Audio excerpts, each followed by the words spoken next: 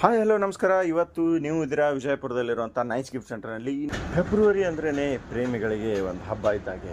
ಯಾಕಂತೀರಾ, ಅದು Valentine's day ಸಂಭ್ರಮದ ತಿಂಗಳು. ಅದರಂತೆ ಈಗ ಈ ಒಂದು ವಾರ ಅಂದರೆ ಫೆಬ್ರವರಿ 7ರಿಂದ ಫೆಬ್ರವರಿ 14ರವರೆಗೂ ಯಾವ್ಯಾವ ದಿನಗಳಿದ್ದಾವೆ ಅನ್ನೋದು ಎಲ್ಲ ಪ್ರೇಮಿಗಳಿಗೂ ಗೊತ್ತಿದ್ದೇ ಇರುತ್ತೆ.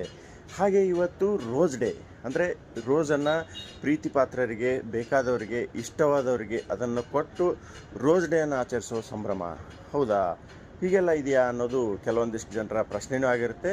ಆದರೆ ಇದೆಲ್ಲದರ ನಡುವೆಯೂ ಸಹಿತ ಏನು ಪ್ರೇಮಿಗಳಿರ್ತಾರೆ, ಆ ಪ್ರೇಮಿಗಳಿಗೆಲ್ಲರಿಗೂ ಈ ರೋಸ್ ಡೇಯ ಸಂಭ್ರಮವನ್ನು ಕಂಪಲ್ಸರಿ ಕಣ್ತುಂಬಿಗೋಗಬೇಕು, ಅದನ್ನು ಮಾಡಬೇಕು ಅನ್ನೋದು ಅವರ ಆಸೆ ಆಗಿರುತ್ತೆ.